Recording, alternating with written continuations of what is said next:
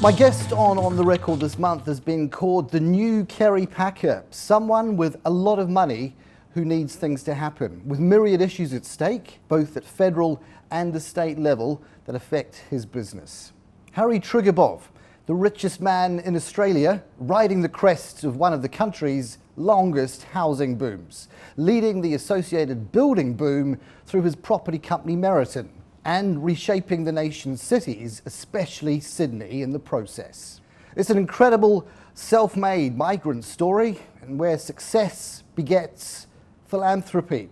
From health research funding following his own survival story on bowel cancer to the Jewish causes he most closely espouses. His successor better have plenty of patience, because at 84, Harry ain't going anywhere anytime soon. Hutzpah and some, he joins me now. Warm welcome to you. Good morning. The chutzpah is all-encompassing, and you really embody this. I want to get a grip on how it all came into being. And we need to go back. We need to go back quite some years, 1933. That's not as bold. Dalian, China. Your parents have fled Russia, Jews. What were your memories?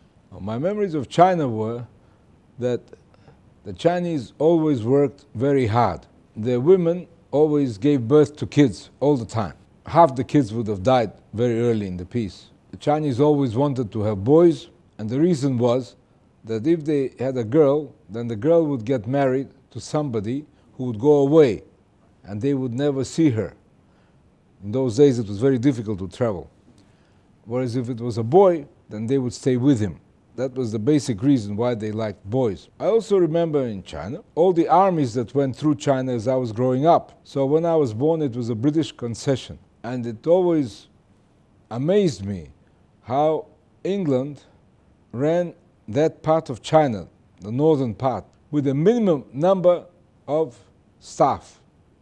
Very few, very few. I think they were extremely efficient. I can't believe how they did it.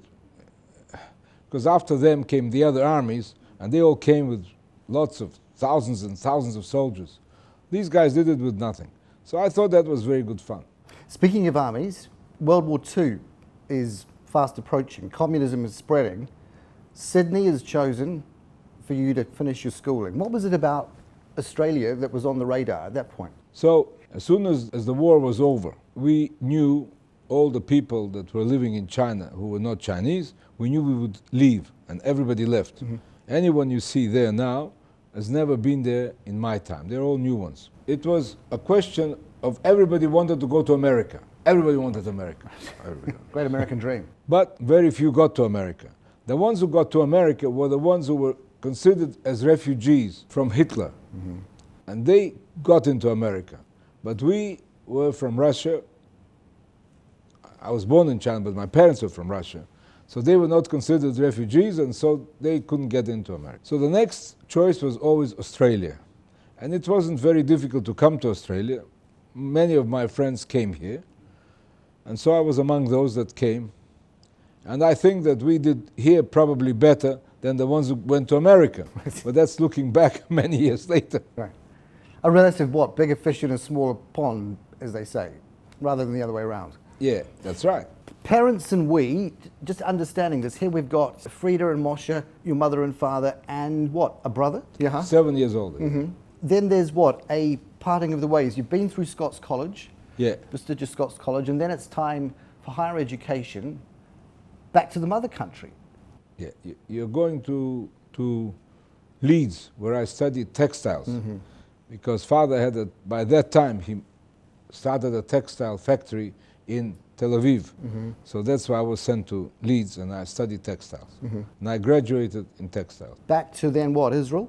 Then I went to Israel, yeah. Mm-hmm. And South Africa, what was the connection there? Right, so then we are there, the three of us, the father and the two sons in the business. Mm-hmm. Okay.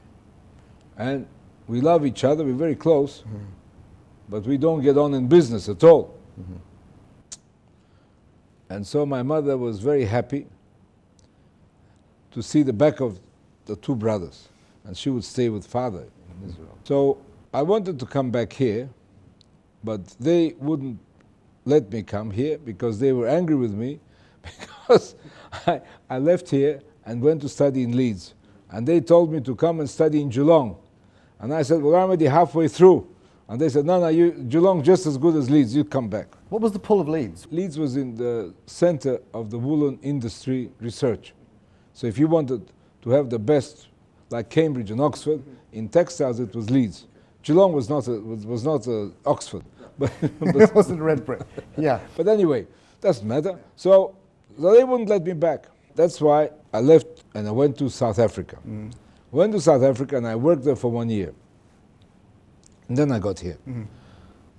That's the reason I was in South Africa. But I was very happy that I, moved around a bit, so I got an idea of the world. In order to finance that, there's a legend that says you inherit £100,000 from your father. There's truth to that? No, not true. Not true at all? No. When I came here twice. As a boy from China, then we had a lot of money. But I was young, I didn't control it, my brother, because I was only 14. Right. So the brother controlled it. When I came back the second time from Israel, we had no money. I had enough money to buy a house, a cottage somewhere, in Bondi or Waverley somewhere, right. But I didn't do that. I invested it in various things. And I always acted as though I had money. I was a bluffer, see? So that they would think that I have money, you see? And I really did have a good income. In my job I got £20 a week, and my investments, which I did with little things, I made £80 a week. So £100 a week at that time was quite a lot, because average wage was about 20, so it's okay. You say, just going back to that trio of relationships, yourself, your brother, your father, you loved each other very much, but you didn't get on well in business. Where did things grate? What was the stumbling block? My brother never fitted into Israel. I was very impatient. And my father, he just about had enough of everything. Because Israel was a very tough country at that time. Very tough. It's not Israel today or not Israel 20 years ago, 50 years. Very tough. So if he was left to his own devices, he could continue working.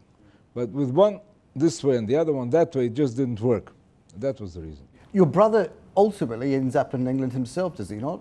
He came here, back here, and he was a successful lawyer. Yes. But unfortunately died very young. He died at the age of 51. Heart attack, and they didn't know how to do transplants or anything. Wow. Dear. And as for your mother and father, their longevity was... They lived in Israel, and we tried to bring them here, but our wonderful immigration department found difficulties. So I know what they're like, yeah. Right. That's been a running sore, not just the immigration department, but administrative hold-ups, frustrations along the way, of course. Those early days, the kind of entrepreneurial spirit, it was finding expression in a milk run, in... taxi. Exactly. In even... block of flats. Four flats. Yes. With 2 mortgages. Before that, though, you were what, an assistant lecturer? You wanted to be an assistant lecturer at university? There was a spell of that, was there not? I worked at university, but yeah. But I was no academic. See, I ceased being an academic at 21. Right. After 21, forget about it. I couldn't do it. I just couldn't get myself to get interested. So I gave it up. A salesman, when it comes to property, you say you were the world's worst. I was a bad salesman, but I was listening well. I always tried to understand what it is that the client could and wanted to do. That was my main reason for success in future, because I understood what they could and wanted to do. And that's how I used it when I started to build. I saw that the problem was that the people didn't have money. That was their biggest problem.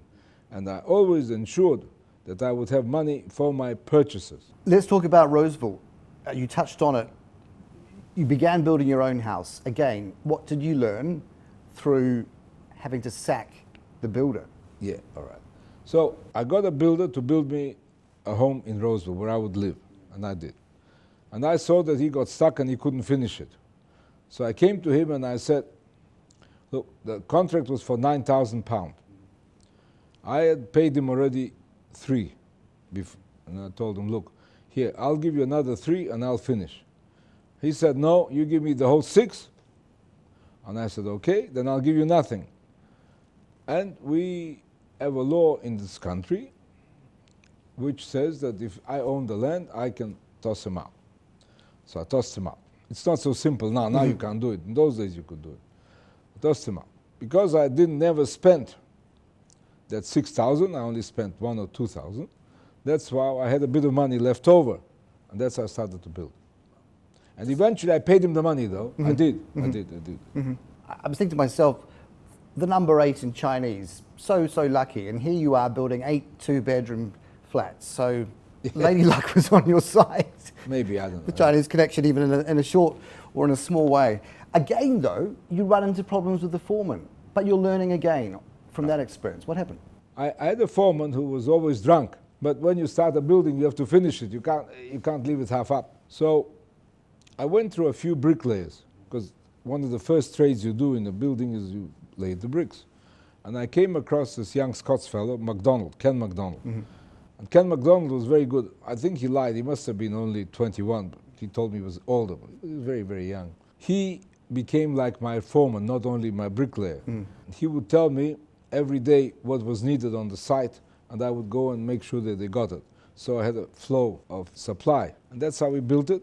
And I think I made on that block, in proportion, more than I ever made again. Because I was there all the time. I watched every little bit. And I was not distracted. I had only that.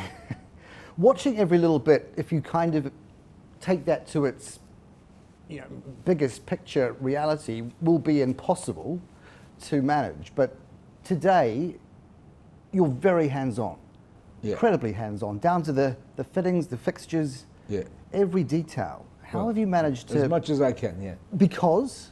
I do it where I think it's necessary. People get surprised how some things I really don't know anything about. But they obviously run very smoothly without my interference. But I'm always there where there is some hiccup. That's the nature. And it wouldn't matter in what part of the business I would be involved in that. The name Meriton, 1968, Gladesville, Meriton Street, and the need, what? To stare down a dispute whereby you were going to have a couple of your men acting as if they now own the company, which at that point didn't have a name. You look around you, where are we? Meriton Street. Just talk to me about the context of it. Now, Meriton Street was a very big step in the progress of the company. Because till then, we built block of 4, block of 6, block of 8, and that was it. Anything bigger, housing commission. All right? If you look historically, you'll see all the big blocks, housing commission, from that era. Well, I thought it didn't make sense to me, so I went to America and I had a look what they built there. And I went to LA and I saw they built beautiful, big projects. So I thought, well, if they can do it, we can do it. So therefore, I went and I built a block of 18. And that was extremely successful. And then I started building bigger ones. That was the way to do it. Black Bill, your first builder, right? Among the first, yeah. Ralph Goodwin, Yeah. your bookkeeper. Yeah. Peter Spira, your architect and manager. Yeah, right. Was this the Holy Trinity? We didn't have many staff. We still don't have much staff. I believe you must have as few people as possible, not only because you save money or not save money. It's because it's easier to keep a few people involved, informed, and activated than a whole crowd. And in our company, nobody will ever say, oh, it's not my fault, it's his fault, or it's his fault, it's his fault. There's no such thing. Everybody does his job, so nobody blames anyone. That's why I like as few people as possible. 1969, you float the company. A few years later, you buy it back at, you have to pay essentially more than you listed. Yeah, but 3-4 times more. Yeah. It was worth it. Yeah. As we now know, it was more than well worth it. The lesson learned there being what? I went into public company because I thought I could get a lot of money. I'd suddenly have a way to acquire money. But I learned that I really didn't need much money because I could always sell what I built, so I didn't need the money. And my bigger problem was I didn't find enough projects that I liked so that I would say, oh, well, I would buy that if I had the money. That never happened. I watched how I work. I watched myself, right? So I never happened that I would buy that if I could. So it never happened that way. So I could borrow. That's why I didn't see the need for the public company. Let's talk about the credit crunch of 1974, because talking about borrowing from banks, Citibank comes here. Puts a lot of pressure on you when its fortunes turn back home and needs quick repayment. There's pressure coming in at you on all fronts. Your wife's pressuring you even. Very Never good, mind the banks. Wife too, Who do you turn to? It was pretty hard. It's pretty hard. Well, the biggest problem, of course, was the wife and the kids, in my opinion. They're meant to be the biggest support, though, aren't they? That's the irony. What can I do? You see, there she is. With the banks, they assumed that when things get tough, the borrower runs. And I was a good target for them because they assumed again that I had lots of other projects which they didn't get involved in. So they thought, oh, this is a good start. We'll get that Harry and we'll throw him out, we'll finish the blocks, we'll sell the units, and if it was not enough, we'd get it from the other project. So I went to the ANZ Bank and I told them, I owe you money. They say, Harry, you don't. I said, no, I'm telling you, I owe you money. So here's the titles, everything mortgaged to you. Right. So of course the Citibank comes to ANZ, and the ANZ said, what do you want? They said, oh, well, Harry, you have a lot of money from Harry. He said, nothing. So what about this and that? They, nothing to do with you, go away. So they already think now they have to think a little bit better. It doesn't work out as what they thought. On the other hand, I'm not running either. Instead of running, I'm starting new projects. You must understand. I built a lot of units in those days, but they were little projects. So I started all kinds of projects with my money, not their money. And I said, now it's yours. No, go, you finish it now. Oh. So instead of being the bully, they now became the beggar. They were begging me, Harry, you have to stay here. You can't do this to us. We gave you the money. So I said, fine, fine, very good, very good. So they gave me the money to build, and they said they would take 93% of all the proceeds that we sold. I said, no, you take all the damn money and just give me enough to live on. So by that time, I didn't know what to do with the kids, so I bought a little boat. So there were expenses on the boat. So they came to me and they said, Harry, it's not nice. In New York, they'll see that you're getting money for the boat. So I said, all right, don't give me money for the boat. So that was a big joke that I had with them. I finished off very good friends. They never believed they'd get the money. They gave me $2 million at that time, present. They didn't have to give it to me. And I said, after the 1st of July, so I don't have to pay tax. And that was very good, so we parted very well. I think I taught them a lesson. It's a good lesson for every borrower to understand. A lender, when he gives you the money, he believes in you. Suddenly things go bad. Very often not because of the borrower's problems, it goes bad. Never run. You go back to the bank and you try to work out how you're going to pay him back. And you will end up by being his best friend. And being so relaxed that there's a story of you and ANZ where a senior banker comes in to see you. There you are cutting your toenails and you keep on cutting them as he comes in. I mean, it's an incredible story, Harry. I mean, tell me about that. You annoyed me. What was there to talk about? Yeah. You know, I used to sign mortgages with the Citibank. I never hired a lawyer to look at them. I looked at the figures. How much interest, when I have to pay back, this and that. Right. When they came in, they sacked the poor bastard. They told him that I tricked him. I used his documents. I trusted them. Just one final thing on money, and that is the oversight you give to every expense over $2,000. You're signing those checks yourself. Approval. I don't sign checks. Nowadays there's no checks. It's all over a machine now. No. Right. Those days have gone. Yeah. Right. But it does speak, does it not, to your... Yeah. The importance of that is if the closer you are to what's going on, the better you know the business, and the quicker you see a problem when it's coming. Like, for instance, I went yesterday to a site in DY, and the guy tells me there that he's ready to pour concrete or something, but the plans are still not approved. So I run back and I say, well, now we must make sure that things are approved before he needs it. Then I say, now I will now create a position of a person that will check and make sure that everybody gets everything approved before he needs it. And that person is an architect. See, so how did I find out that I needed such a person? It's because I was on the site and the guy told me his problem, so I thought, that's how I do it. Take me though back to the people that you were closest to, who you could lean on. I always said two things. I always had very strong bricklayers and I always had very clever women. Always said that. The bricklayers were strong, because that's why the unions could never win. I always won against the unions. The women were strong because they organized for me the finance. When, as I said, the beginning, the purchasers never had money in this country. They never had money. And these women, they got very close to St. George Building Society. And so St. George Building Society would give a lot of money for my purchases.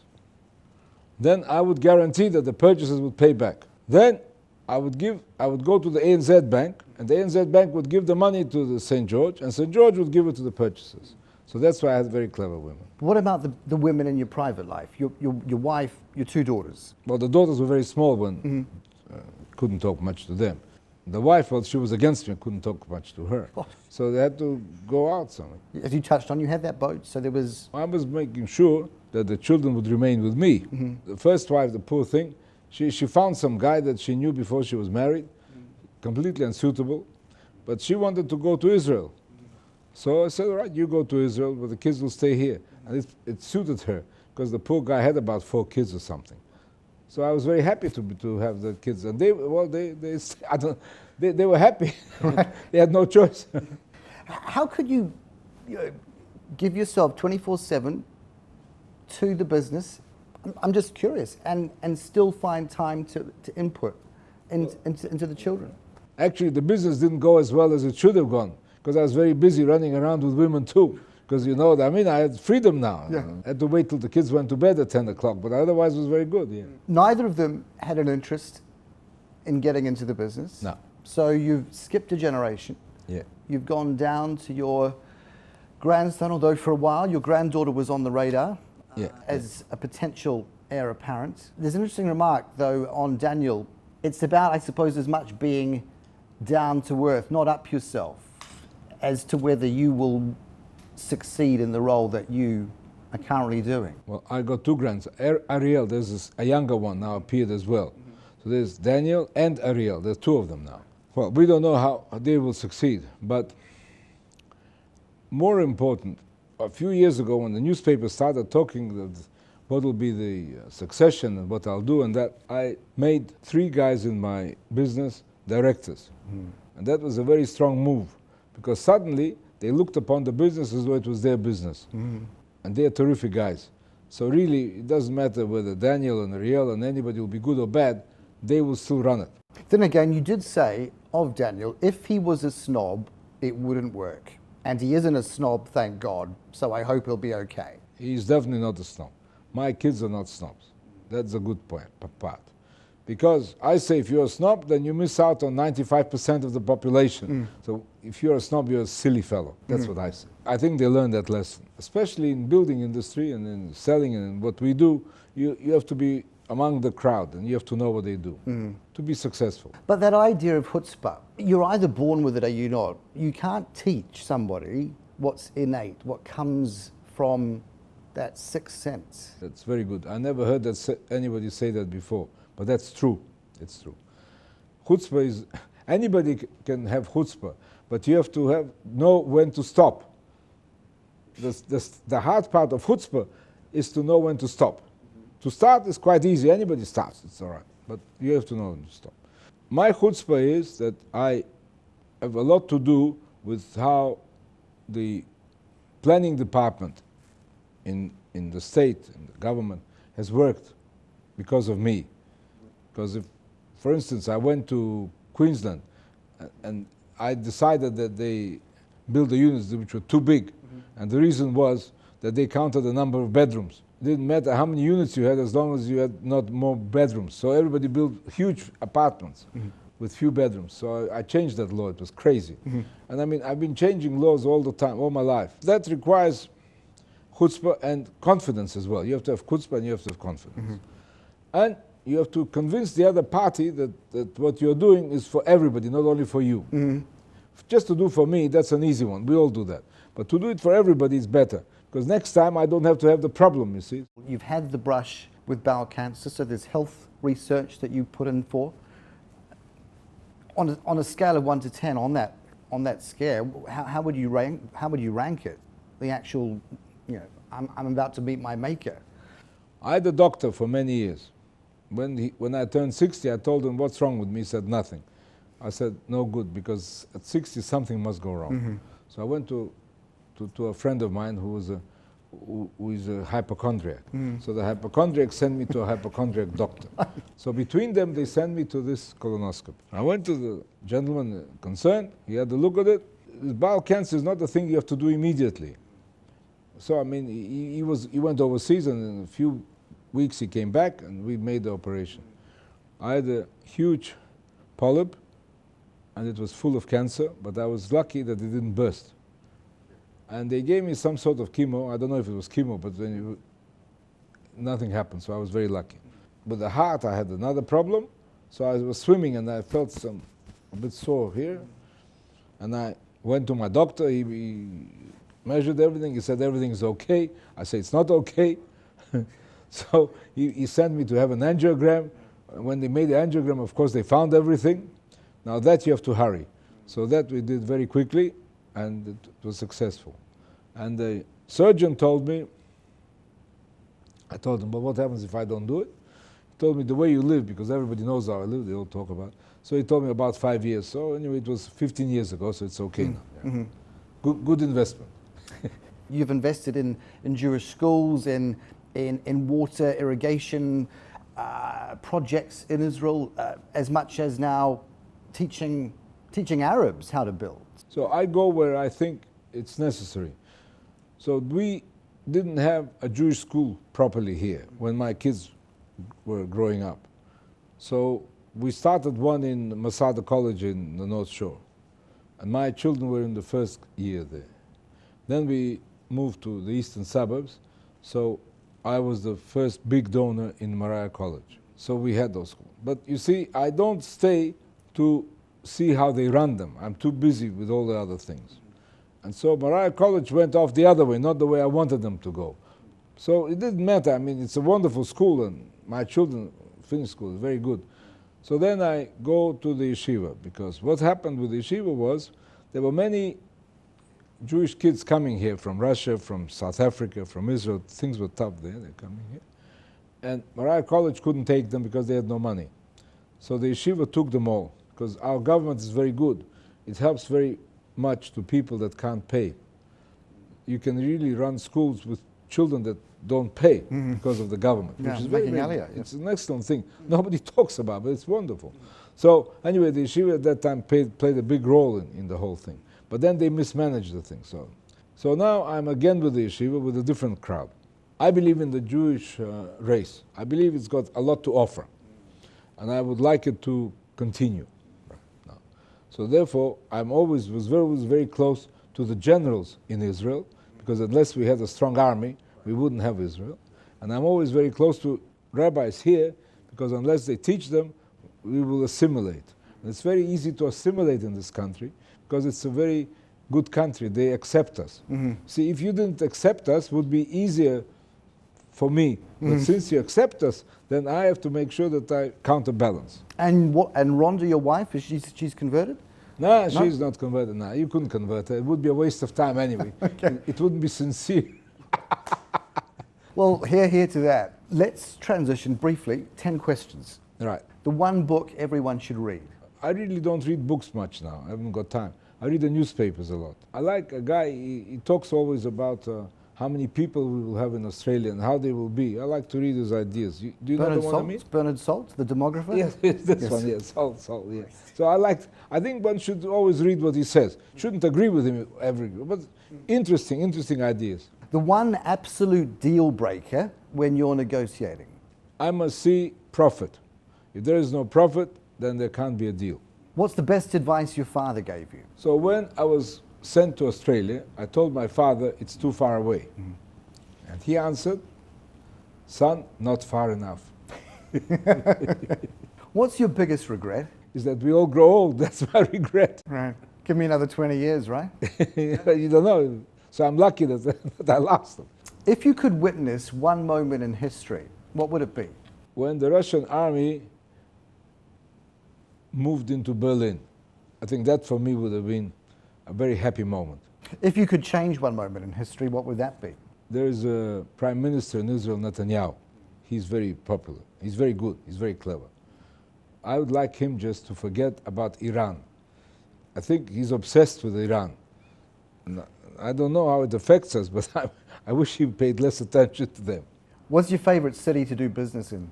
Well, Sydney. No brainer, right? Your favourite city to holiday in? Surfers Paradise. One piece of life advice you'd like to pass on? I'll answer it in a little story, which is very good, I think. So when I was already 35, I made a bit of money.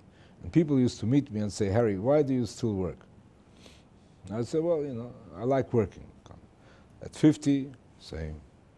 When I got to 80, they say, Harry, you're lucky you work. So my piece of advice is that you should work as long as you can. But the main thing is you should find work that you like, and you should be in an industry which is not dying. Again, it comes back to what we said at the start, Ariel and Daniel, you better have patience, because you're not going anywhere, right? No. I'm not going anywhere. Thank you very much. All the very best. Pleasure. Thank you so much. Very Okay. Okay. Well done. Thank you.